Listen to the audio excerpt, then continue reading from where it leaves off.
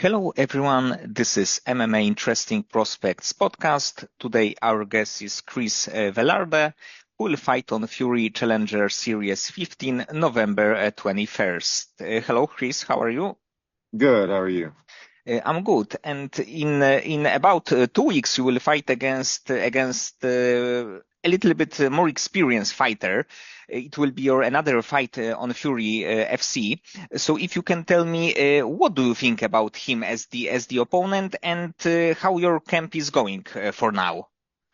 Um, I think he's a very game opponent. I've watched a couple of his fights, his recent fights. I like his style. Um, he's he's good. He's good. I don't discredit nothing. I respect all my opponents.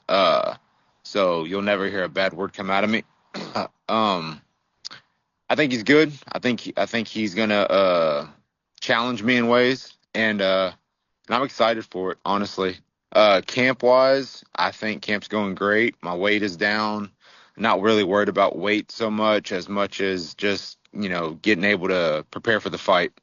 And that's what I think camp should be about, is just getting healthy enough and in shape enough just to fight.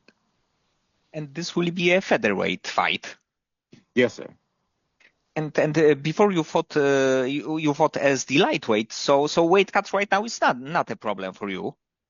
No, I fought my last two pro fights have been lightweight fights, and then my last amateur fight, I had a teammate make it to featherweight, and me and him are around the same build, and I kind of asked one of my coaches, you think I can make featherweight, and he was kind of for sure that I could make it, and so we tried at my last amateur fight to make 45, and I made it. And it takes a lot, but also I didn't diet correctly. I didn't do certain things correctly. So this go around, I've really honed in on treating my body like a professional, and it's the weight's coming off. The camp is going good, and it's making it seem like featherweight might be a place where I could stay.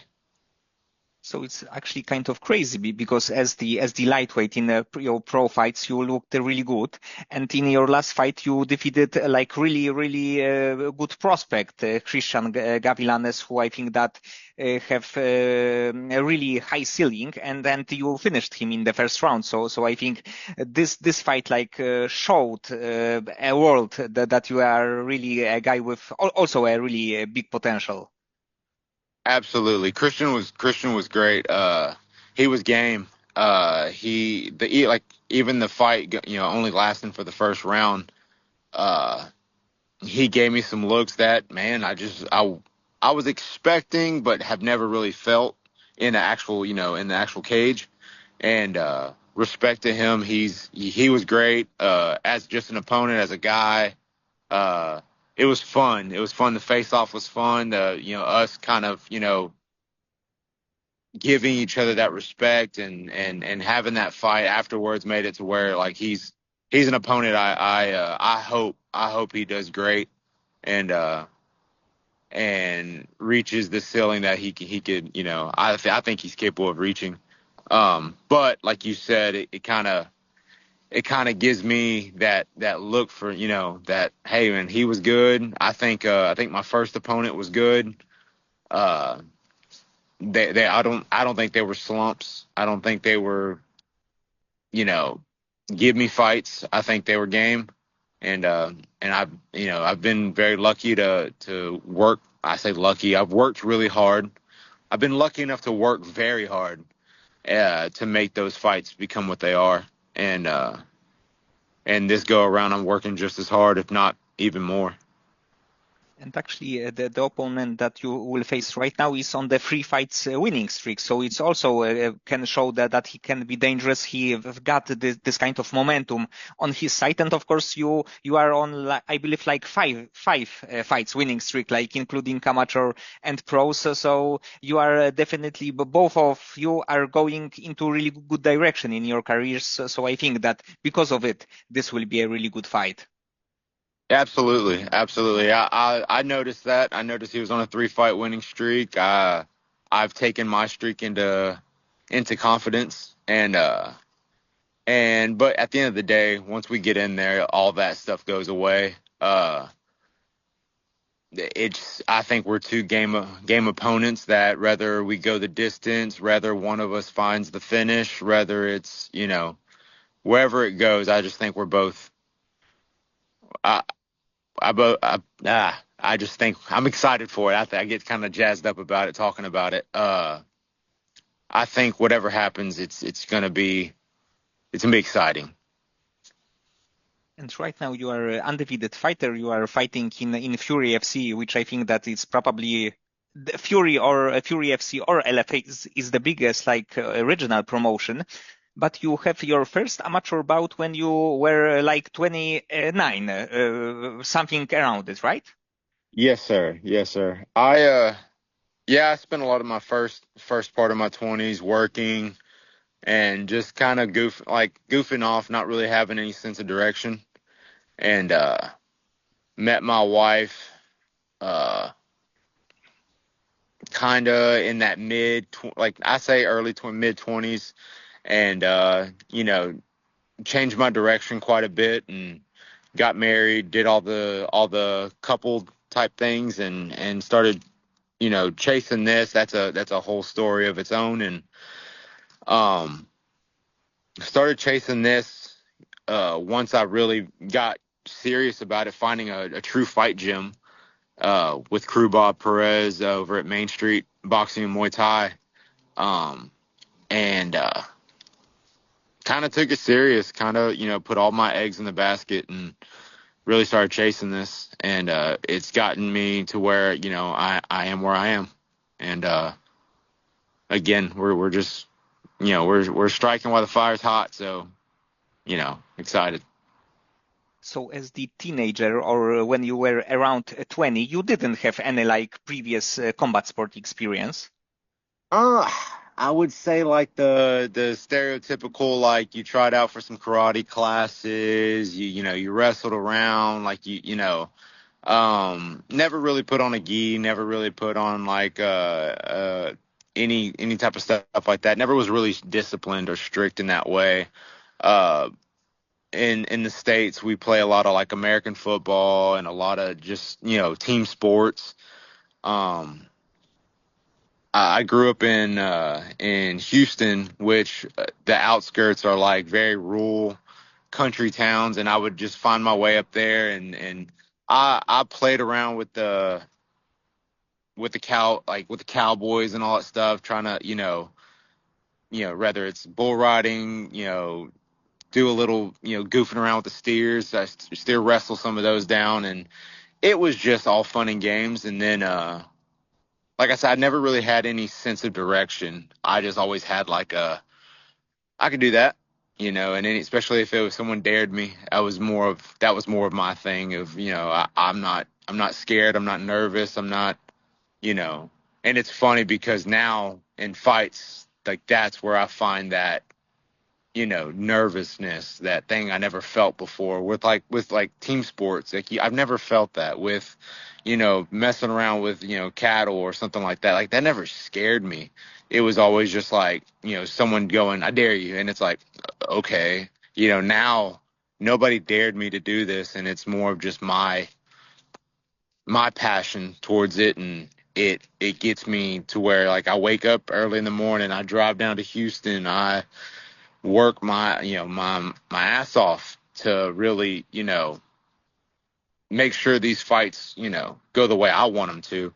And I think my quote I've been saying the last couple of years is just the proof is in the pudding. And hopefully keep it rolling. And what are your goals in MMA? Because of course, when you fight for Fury, definitely you can be challenged because of the like level of the fighters that they have. So in maybe like 2 or 3 years, do you have some specific goal? I think I think nobody gets into this going, oh, I just want to, I don't have the half-ass mentality. Nobody gets into this going, oh, I just want to kind of, play around in here and then leave. I think if the opportunity presents itself, obviously that three-letter organization is kind of where you want to go. With the UFC, um, I'm not putting limitations on myself. I know everybody else will, and they can do that however they want to. We've seen guys in the Contender Series 36, 30, 31, 32, 33, all those numbers, and them get contracts and stuff. All you got to do is, I say all you got to do, but all you got to do is finish fights and make sure, you're putting out a good quality product. And like I said, I'm not limiting myself. Is it going to be hard? I'm not. I think fighting's hard. I think training's hard. I think getting up day to day for a camp is hard. Uh, so far, life's been hard, and it's like, okay, cool. Like, people are gonna say you can't. People are gonna say you won't. Cool. Like, hold my beer, watch this. So that's kind of my mentality towards everything and everybody. And I actually agree that age shouldn't be as important as it is right now, because of course, when you are like 45, it's probably not really much of the sense to get the fighter to the UFC. But when you are like 35, I think that you still have at least few years on the really high level. You can be like even in the peak of your career. So I think that even a little bit like older fighters should get their chance in the UFC. Of course, when they have a great results on the regional scene. Absolutely. I mean, look at Volkanovski. I mean, 36, winning the title back from a guy that is a dog. It wasn't a slouch fighter. Wasn't a guy. I mean, he got dropped in the fight, like all that good stuff. And Volkanovski still did what we all know, Volk can do. So like I said, like there's been a bunch of instances, like, you go to boxing, go to Usyk, like by all means heavier weight, but everybody's gonna put the label on it, oh, heavier weight, all that stuff. But uh, to me, that's just small-minded people not branching out their brain, or just just take like my exam. My belief is just, if you have an opportunity, take it, go for it. If it doesn't work, cool. Like, so what?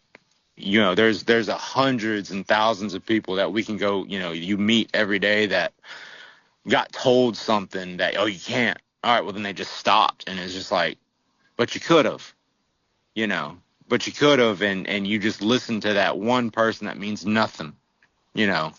And I don't want that. I don't want my kids to see that. I have two little boys that, I want them to have that same mentality of, like, that hold my beer, watch this mentality. And I don't know, just leading by example, I guess you could say. It's definitely not a good feeling. The like, what if? So definitely when you feel it, you should try. And that, of course, like result is super important. But even if you will not be able to success, that you try. That you have a lot of like good moments in the like preparation in the fights. So I think that in the end of the day, you should try. When you have a dream, when you have a goal, you need to go for it. Absolutely, absolutely. And I've been, luckily fortunate enough to have the people I do in my life, whether it's the, I mentioned earlier, my wife. Um, I have, her parents, my in-laws, that are just, any chance I get to shout them out, I try to. So that's what I'm doing now is, they've been a blessing to me. And then, besides my immediate family, like I said, my kids, having coaches like, Crew Bob Perez, Cody Freeman, which is turned into a friend slash great teammate slash coach, um, and then having just the whole Main Street group, Jacob Berry, Paul Garza, all my guys I train, Anthony Johnson, man, like I can't. I love the way my camp is going just because I have these guys around me all times, and again makes the work hard, but makes it worth it, So uh, just I've surrounded myself with good people and great leadership, great coaches. So I think the sky's the limit for me. And when you are thinking about your next fight, do you think that the fight will end with rear naked? Because you won both fights by rear naked, and I believe also like one fight on the amateur scene too. Yeah, it's funny. I don't I I haven't looked for the true takedown. Like even in my last fight with Christian, I got a little close and then I shot, but I wasn't really like I didn't want to be there. I didn't want the takedown yet. I know the takedown's there. I know I was gonna maybe try for it, but it wasn't. I was just close and I was like, oh, let me just his hips are here, let me grab it. But even my first fight with Hampton, I didn't shoot. Like that wasn't my go-to. It wasn't, he to me, I thought he was the striker and I was going to end up shooting, but I never once shot a takedown. I took what he gave me, and the same thing with the Christian fight was he stepped in too close. I stuffed it with a jab. He fell to the ground, and we ended up on the ground. Like I kind of just I fight. Like I'm a mixed martial artist. I'm not a grappler. I'm not a Muay Thai ace. I'm not a kickboxing ace. I'm not a boxer. I'm an MMA fighter. I don't care. I don't care where this goes. If me and Emmanuel if we stand the whole time, cool.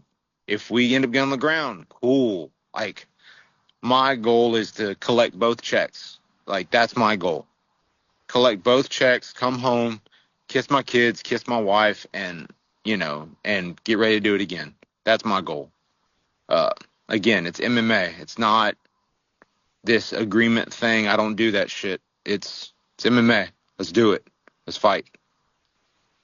Yes, I'm not really big fan of like let's do only a stand-up fight or something like this because you need to find a way to win a fight. It doesn't matter will if it will be like in the stand-up, on the ground, in the clinch. It really doesn't matter. You have to win a fight.